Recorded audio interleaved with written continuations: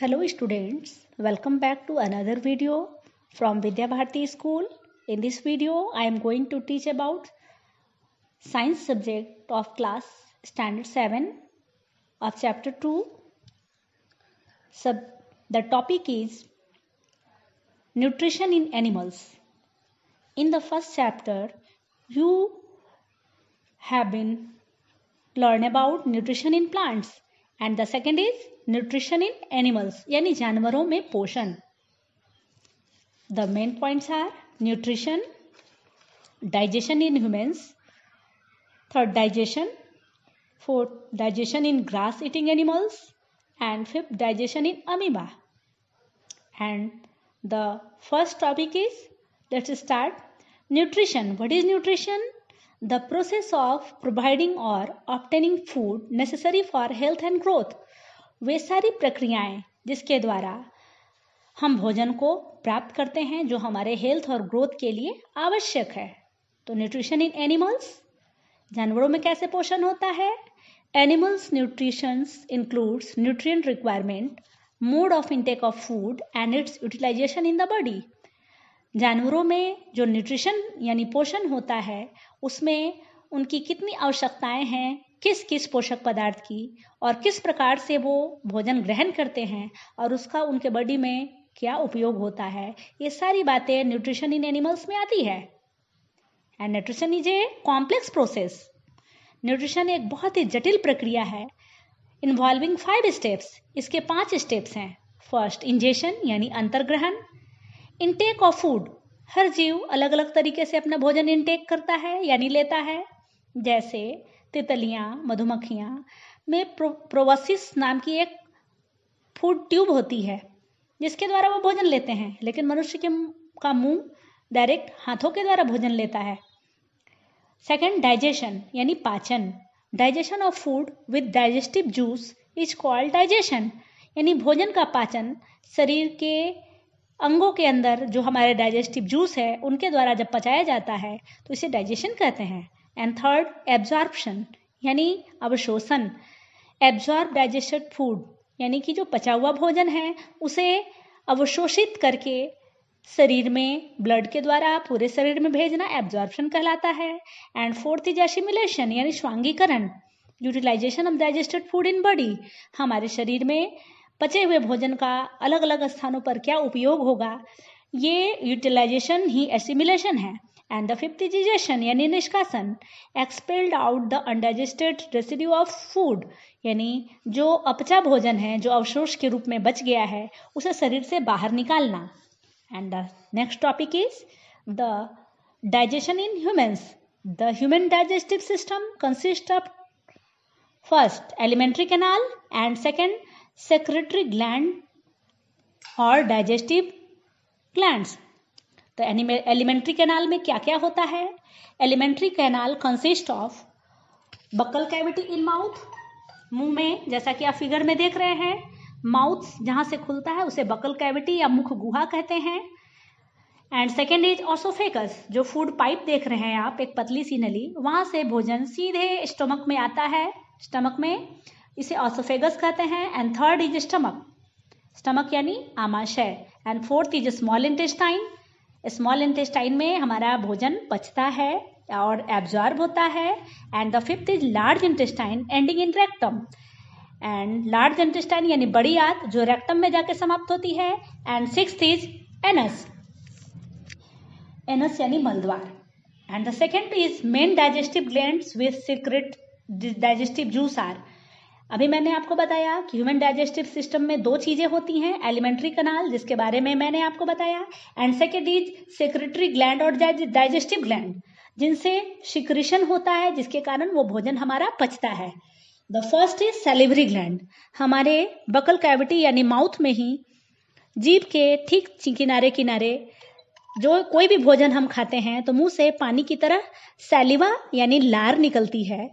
वो लार जो है वो एक प्रकार का एंजाइम है जो स्टार्च को शुगर में चेंज कर देती है. यानी स्टार्च यानी कार्बोहाइड्रेट, और कार्बोहाइड्रेट को ये सिंपल शुगर में बदलना मुंह से ही पाचन शुरू हो जाता है. And the second is liver. Liver से बाइल जूस निकलता है, और लीवर जो आप देख रहे हैं लेफ्ट साइड में हमारे शरीर की सबसे बड़ा ग्लैंड होता है, और बाइल जूस जो होता है उस लीवर से निकलकर एक छोटी सी थैली में जमा होता है जिसको गॉल ब्लैडर कहते हैं। ये गॉल ब्लैडर क्या करता है आगे जानेंगे, क्योंकि इसके पहले है स्टमक। स्टमक जो है उससे 3 प्रकार की चीजें निकलती हैं। पहला म्यूकस, दूसरा HCl एसिड यानी हाइड्रोक्लोरिक एसिड, और तीसरा डाइजेस्टिव जूस। स्टमक से निकलने वाले जो म्यूकस है वो स्टमक के अंदर की लाइनिंग को प्रोटेक्ट करता है, यानी कि अंदर के जो लाइनिंग है, लाइनिंग मतलब उसकी जो मांसपेशियां हैं, अंदर की जो सतह होती है, इनर लाइनिंग यानी स्टोमच के जो अंदर की सतह होती है उसको वो सुरक्षित करता है म्यूकस चिकना बनाकर। और सेकंड, हमारे भोजन के साथ बहुत सारे बैक्टीरिया जो आते हैं उसे हाइड्रोक्लोरिक एसिड मार देता है, इसलिए भोजन जो होता है वो एसिडिक हो जाता है। और डाइजेस्टिव जूस प्रोटीन का पाचन स्टमक में ही शुरू कर देता है। एंड द लीवर, इसके बारे में मैंने आपको बताया, इससे गॉल ब्लैडर में आकर बाइल जमा होता है, बाइल यानी पित्त। ये बाइल क्या करता है, turns fat into smaller part two digest. ये फैट जो हमारे खाने में तेल, घी आदि के रूप में आता है उसे छोटे छोटे, बहुत ही छोटे छोटे महीन ग्लोब्यूल्स यानी टुकड़ों में बदल देता है ताकि उसको आसानी से पचाया जा सके। अब बारी आती है पैंक्रियाज। पैंक्रियाज ठीक हमारे स्टमक के नीचे एक पीले रंग का एक ग्लैंड होता है जिससे 3 प्रकार की पैंक्रेटिक जूस निकलती हैं। फर्स्ट टाइप जो है वो प्रोटीन को पचाता है।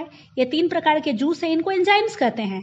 जैसा कि माउथ में सैलिवरी ग्लैंड से सैलिवा जो है वो एंजाइम है, उसी तरह पैंक्रियाज से भी 3 प्रकार के एंजाइम्स डाइजेस्टिव जूस के रूप में निकलती है। तो पहला प्रोटीन को पचाता है, दूसरा कार्बोहाइड्रेट को पचाता है, और तीसरा फैट को पचाता है। And the fifth is small intestine. Small intestine काफी लंबा होता है, करीब 7.5 मीटर लंबा होता है। Receive excretion from liver and pancreas.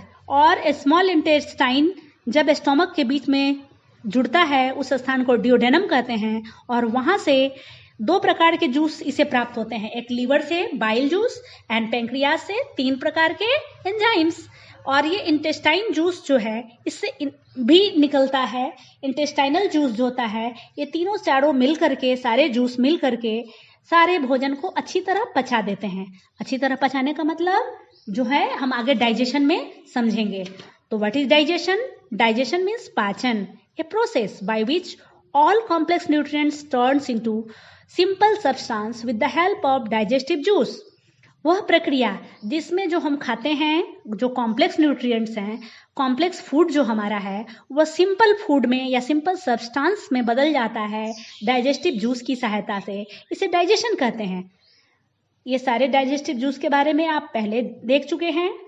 अब कौन कौन सी चीजें हमारे भोजन में ज्यादातर जो हैं, वो सबसे पहले है कार्बोहाइड्रेट। तो digestion of carbohydrate start in mouth. हमारे मुंह में ही कार्बोहाइड्रेट का पाचन सैलिवा के द्वारा शुरू हो जाता है। Digestion of protein start in stomach. Protein का डाइजेशन स्टमक में शुरू हो जाता है। एंड लास्टली ऑल जितने भी हमारे फूड हैं उसके बाद वहां से स्मॉल इंटेस्टाइन में जाते हैं। उसके पहले bile juice of liver, pancreatic juice, intestinal juice complete the digestion of food into small intestine as simple form, in simple form. यानी कि जैसे ही हमारा भोजन स्मॉल इंटेस्टाइन में प्रवेश करता है, वहां लीवर से निकलने वाला बाइल जूस, पैंक्रियाज से निकलने वाले 3 प्रकार के एंजाइम और स्वयं स्मॉल इंटेस्टाइन का भी जो जूस है, वो सारे मिलकर इस भोजन को पूरी तरह से डाइजेस्ट करके सिंपल फॉर्म में बदल देते हैं। तो ये सिंपल फॉर्म कौन से हैं? कार्बोहाइड्रेट चेंजेज इनटू ग्लूकोज, यानी कि कार्बोहाइड्रेट जो है वो ग्लूकोज में बदल जाता है। प्रोटीन जो इनटू एमिनो एसिड, प्रोटीन का जो सिंपल सब्सटेंस है वो एमिनो एसिड है। Add fat into fatty acid and glycerol, और फैट जो है वो फैटी एसिड और ग्लिसरॉल में टूट जाता है। इस प्रकार ये 3 प्रकार के हमारे पास जो ये डाइजेस्टिव कॉम्प्लेक्स न्यूट्रिएंट्स हैं वो तीनों सिंपल न्यूट्रिएंट्स में सब्सटेंस में बदल जाते हैं। अब क्या होता है आगे? Digested food is absorbed by blood vessels in small intestine. हमारे स्मॉल इंटेस्टाइन में छोटे छोटे उसके भीतरी सतह पर, सरफेस पे, इनर सरफेस पर विल्लाई निकले होते हैं, जो छोटी छोटी पतली पतली उंगलियों के आकार की होती हैं। उन विल्लाई में ब्लड वेसल्स होते हैं और ये ब्लड वेसल हमारे डाइजेस्टेड फूड को एब्जॉर्ब करके हमारे ब्लड वेसल्स यानी खून की नलियों में भेज देते हैं। Absorb food transported to different part of the body. और ये पचा हुआ भोजन जो है, जो हमारे ब्लड ने एब्जॉर्ब किया, अब उसको वो पूरे बॉडी में भेजने का काम करता है ताकि एसिमिलेशन हो सके। And the undigested residue are expelled out the body as faeces. और जो भोजन नहीं पच पाता है, अवशेष के रूप में अनडाइजेस्टेड बच जाता है, उसे एनस में, रेक्टम के द्वारा एनस में भेज दिया जाता है और एनस उसे फीसेस के रूप में शरीर से एक्सपेल्ड आउट कर देता है, यानी बाहर निकाल देता है मल के रूप में। And the fourth point is digestion in grass eating animals, यानी कि घास खाने वाले जानवरों में पाचन। Grazing animals like cows, buffaloes, goat and ruminants, जितने भी चरने वाले जानवर हैं जो तेजी से घास चरते हैं, काऊ, बफेलो, गोट, हॉर्सेज, ये रूमिनेंट कहलाते हैं। दे quickly ingest, swallow their food and store in rumen। ये बहुत तेजी से भोजन को अपने शरीर में मुंह से फटाफट खाते जाते हैं, इसको निगल जाते हैं और इसको रूमेन में स्टोर करते हैं। जैसा कि आप एक गाय के फिगर में देख रहे हैं, जैसे ही इसके मुंह से भोजन घास जा रहा है, वो सीधे रूमन में जाके जमा हो जा रहा है। Later the food return to the mouth and animal chew it slowly. बाद में ये भोजन जो है वापस मुंह में रिटर्न आता है। जब ये पशु शांति से बैठते हैं तो धीरे धीरे उस फूड को गोले के रूप में मुंह में लाकर चबाते हैं और फिर से चबाने के बाद ये स्टमक के पिछले भाग में जाता है और वहां से वो लार्ज इंटेस्टाइन से होते हुए एनस से बाहर मल के रूप में निकल जाता है। And the fifth point is digestion in amoeba. Amoeba में किस प्रकार डाइजेशन होता है? चूंकि हम लोग इस चैप्टर में डाइजेशन के बारे में पढ़ रहे हैं तो सभी जीवों के बारे में बारी बारी से पढ़ेंगे। Amoeba is a microscopic animal. Amoeba सबसे छोटा माइक्रोस्कोपिक एनिमल या प्रोटोजोआ का एग्जाम्पल है जो हमें नंगी आंखों से दिखाई नहीं पड़ता। Amoeba ingest the food with the help of pseudopodia. Amoeba का कोई शेप नहीं होता। ये जब ज्यादातर पानी या पानी के आसपास पाया जाता है, जब ये पानी में पाया जाता है तो पानी में ही इसके जो फूड पार्टिकल्स जो होते हैं उन्हें ये खाकर जीवित रहता है। तो ये अपने जिधर की ओर इससे फूड पार्टिकल्स मिलते हैं उधर की ओर अपने बॉडी का कुछ पार्ट जो होता है आगे की ओर बढ़ा देता है फिंगर की तरह, और उससे स्यूडोपोडिया कहते हैं या झूठा पांव, जो कि आप फिगर में आप देख रहे हैं किस तरह से अपने भोजन को स्यूडोपोडिया की सहायता से पकड़ रहा है।